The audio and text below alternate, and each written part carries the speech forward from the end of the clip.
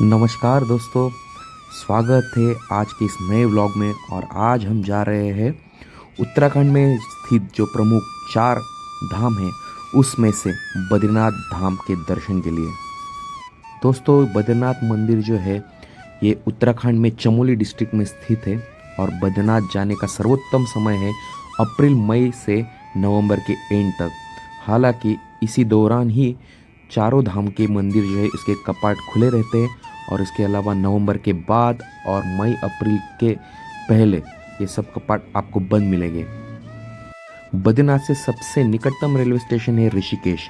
ऋषिकेश उतरने के बाद आपको लगभग 300 किलोमीटर डिस्टेंस जो है वो बाय रोड आना पड़ता है, जिसके लिए आपको कम से कम 10 से 11 घंटे लगते हैं।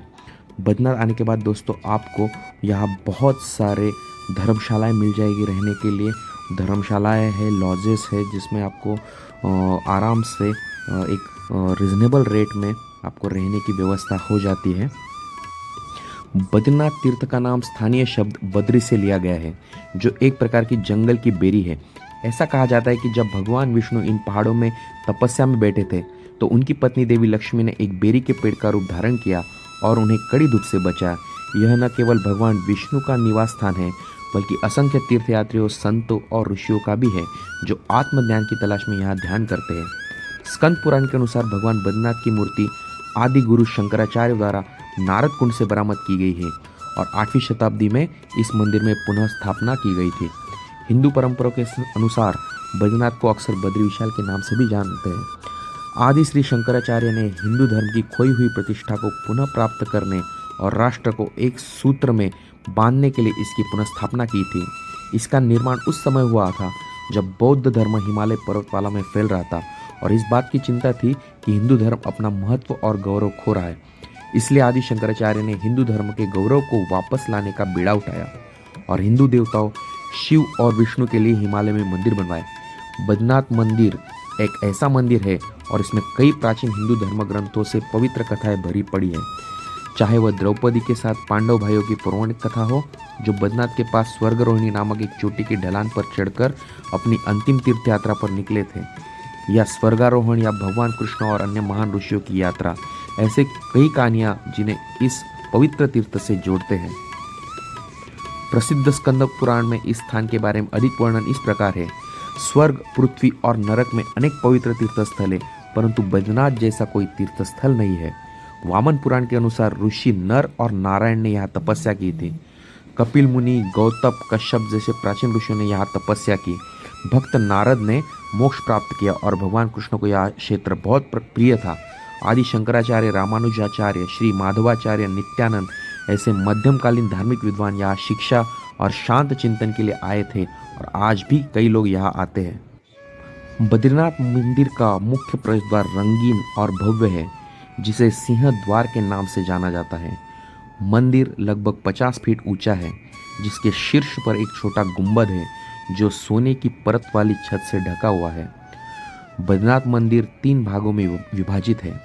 गर्भगृह या गर्भगृह दर्शन मंडप, जहाँ अनुष्ठान किए जाते हैं, और सभा मंडप, जहाँ तीर्थयात्री इकट्ठे होते हैं। बद्रीनाथ मंदिर के द्वार पर भगवान की मुख्य मूर्ति के ठीक सामने भगवान बद्रीनारायण के वाहन वाहक पक्षी गरुड़ की मूर्ति विराजमान है। गरुड़ को बैठे हुए और हाथ जोड़कर प्रार्थना करते हुए देखा जा सकता है।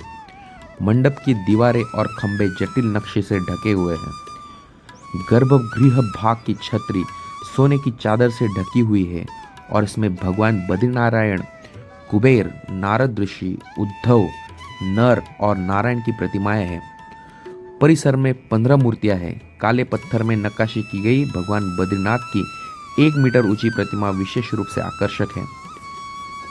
किंवदंती के अनुसार शंकराचार्य ने अलकनंदा नदी में शालिग्राम पत्थर से बनी भगवान बद्रीनारायण की एक काले पत्थर की प्रतिमा की खोज की थी। उन्होंने मूल रूप से इसे तप्त कुंड गर्म झरनों के पास एक गुफा में स्थापित किया था।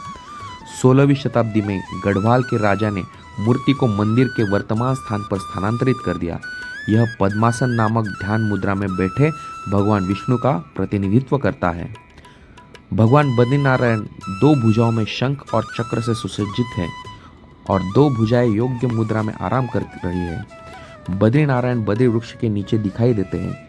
इनके दोनों ओर कुबेर और गरुड़, नारद, नारायण और नर हैं।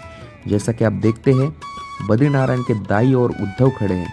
सबसे दाई ओर नर और नारायण हैं। नारद मुनि दाई ओर सामने घुटने टेके हुए हैं और उन्हें देखना मुश्किल है। बाई ओर धन के देवता कुबेर और चांदी के गणेश हैं। गरुड़ बद्रीनारायण के बाई ओर सामने घुटने टेके हुए हैं। सभा मंडप, यह मंदिर परस्पर में एक स्थान है जहाँ तीर्थयात्री और श्रद्धालु एकत्र होते हैं।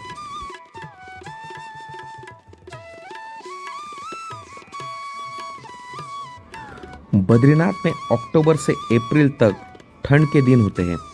न्यूनतम तापमान शून्य के नीचे तक पहुंच सकता है और बर्फबारी बहुत आम बात है। ये महीने यात्रा के लिए बिल्कुल भी सही समय नहीं रहता है। और उसके बाद मई और जून के काल में ठंडी हवाएं के साथ बहुत सुखद होती है। ग्रीष्म ऋतु सभी दर्शनीय स्थलों और पवित्र बद्रीनाथ तीर्थ यात्रा के लिए आदर्श है। जुलाई और सितंबर में नियमित बारिश होती है और तापमान भी गिर जाता है। इसलिए अपनी यात्रा शुरू करने से पहले ऋषिकेश से बद्रीनाथ के बीच के मार्ग की स्थिति सुनिश्चित कर लें। मंदिर के ठीक सामने यहाँ पे तप्तकुंड है। जैसे नाम से ही पता चलता है कि ये गर्म पानी का झरना है। ये बिल्कुल बद्रीनाथ मंदिर और अलकनंदा नदी के बीच में स्थित है। और यहाँ का जो कुंड है, इसके पानी का तापमान लगभग 45 डिग्री रहता है। दोस्तों, तो ये बद्रीनाथ जी का वीडियो आपको कैसा लगा? अगर आपको अच्छा लगे तो ज़रूर लाइक कीजिए, शेयर कीजिए और सब्सक्राइब कीजिए। धन्यवाद। मिलते हैं अपने अगले वीडियो में। Bye bye.